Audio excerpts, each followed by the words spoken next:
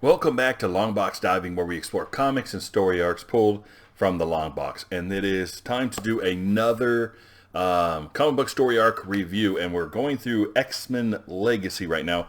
And we're on to a story arc called Collision. All right. So this is covered in issue X-Men Legacy issue 236 or 238 there. At 239. 240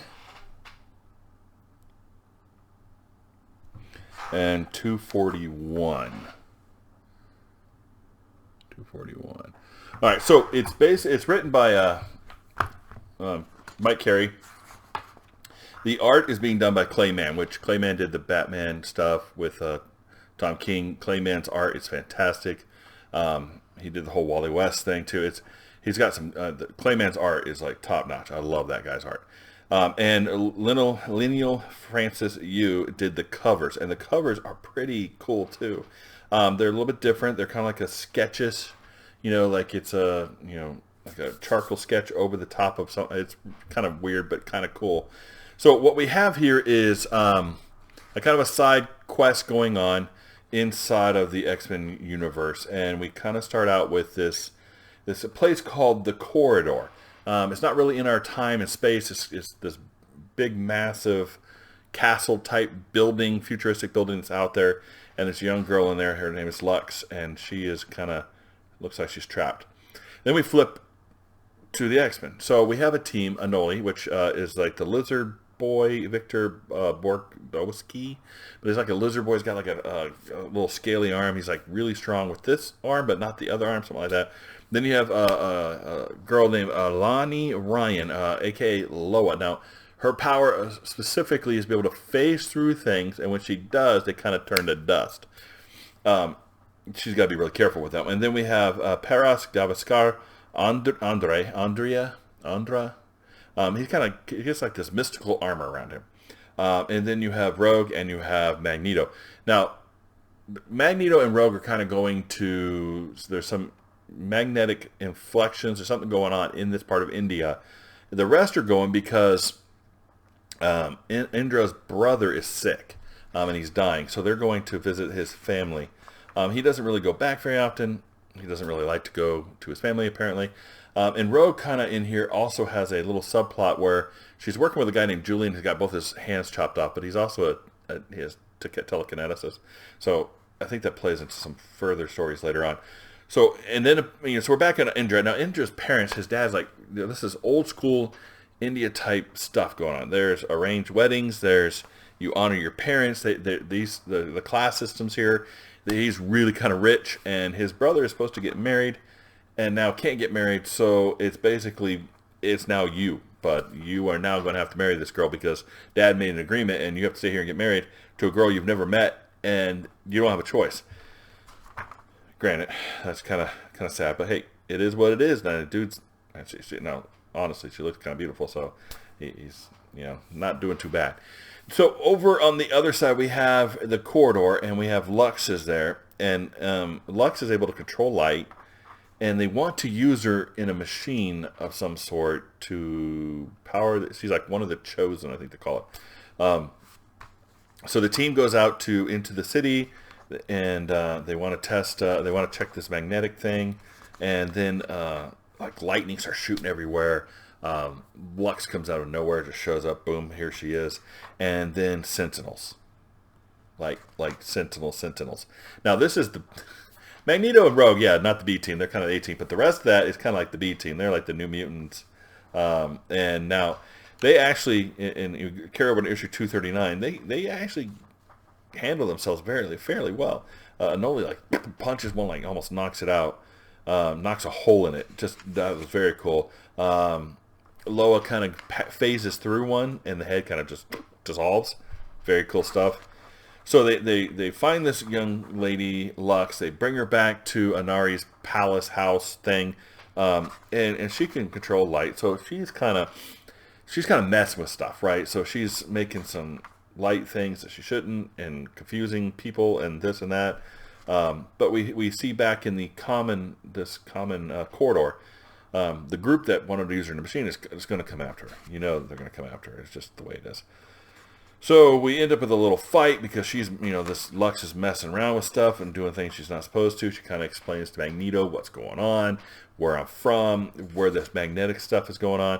And there's a great scene here where Rogue just punches Magneto. Now, he basically says something he shouldn't to her. Like her unscrupulous past. He just knocks her for the loop. It was great. Now, Lux seems to be falling for Inari, but Inari now has to marry her brother's fiance. So a whole mix-up there going on. But then these guys show up. The Children of the Vault. All right. They look really cool. Clayman does a great job here. And they look crazy. And so we get into the next issue. Issue 240. And so the Children of the Vault come and they basically they wreck them. Look at this. And then look at what happens to Inari. Her hand is, under his skin. Creepy stuff. So they just wreck everybody. They take Rogue hostage, and they're going to try her. And they take Magneto and they take Lux. Now they go back to the corridor. And in the corridor, they're going to hook Magneto and Lux up to this machine. Right. So supposedly that machine is supposed to have a feedback loop of infinite power. So if they hook everybody to it, it will continue to feed off each other, and it'll stay powered on forever, and they will stay young forever, and they will live forever, and everybody will be happy except for the people stuck in the machine. Yeah. So Inari is there. He wants to go help with his friends to rescue Rogue and Magneto and Lux, but he has to get married first, so he's trying to do that. And then they get ready to say marry, and the fiance goes, "I can't do this," and she turns into Lux. So apparently Lux had taken her spot with the fiance. Now the fiance is now with Magneto stuck in the machine, which can't feed back because she has no mutant powers. So that machine just kind of blows up. Look at that. Boom. All right. So they come crashing into our reality. Magneto, kind of rescues her, and it's just that ship is now in the middle of the city in India. So we flip over to 241. Again, a lot of action going on here. A lot of stuff happening. They can't do the wedding because the fiance's not there. The fiance's in there, So they suit up. The dad's like, "You can't go. I'm going to do it anyway." Rogue escapes from the trial, and she beats up her guys. Magneto's coming down with the fiance and say, "Hey, done."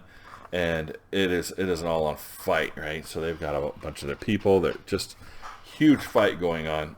We have a dude here. He says, "You can't mess with me because I have no blood. You can't control the iron in my blood because I have no blood." That was kind of cool. So we got all this fighting going on. Lux comes in and explains, "Hey, take me, let them go. I'll come back with you. Just let them go." And they can't race because it kind of blew up the ship. They can't really get it back into the corridor. So they're still kind of fighting. They're still going at it. And finally Lux convinces them. Magneto comes in and goes, "I will help." And he kind of just lights up. He lights up the ship and helps send it back into the corridor, and it shoots out into corridor, another dimension, whatever that is. And then we have kind of the wrap up, right? So they're like, the fiance's like, "I don't really want to marry you," and Inara's like, "I really don't want to marry you." Good, we're not going to do that. Everybody's going to go their own separate way. And then we get a last final panel of Lux looking at a hologram of Inara, and she is smitten. So that is Collision. So again, it was written by Mike Casey. Penciled by Clayman. The covers are done by Lyndall Francis Yu. Again, it is X-Men Legacies issue 238, 239, 240, and 241. So the covers for me got a 4. It was solid on the covers. They were great. The art, I'm going to put at a 3. Some of the panels were kind of like you rushed it. Some of the panels were really, really good. So I'm going to give that a 3. 4 on the covers, 3 on the art, and we give the story a 3. That kind of covers it at a 3.5 overall as a good story. So it was a good story arc of itself. 3.5, I think that would cover it. But overall, worth my time. It was definitely interesting, a lot of action. It was good, and it has a couple of subplots still going on through the main story that we'll see in other story arcs. So that is Collision, an X-Men Legacy story arc. We'll see you here next time in the Long Box.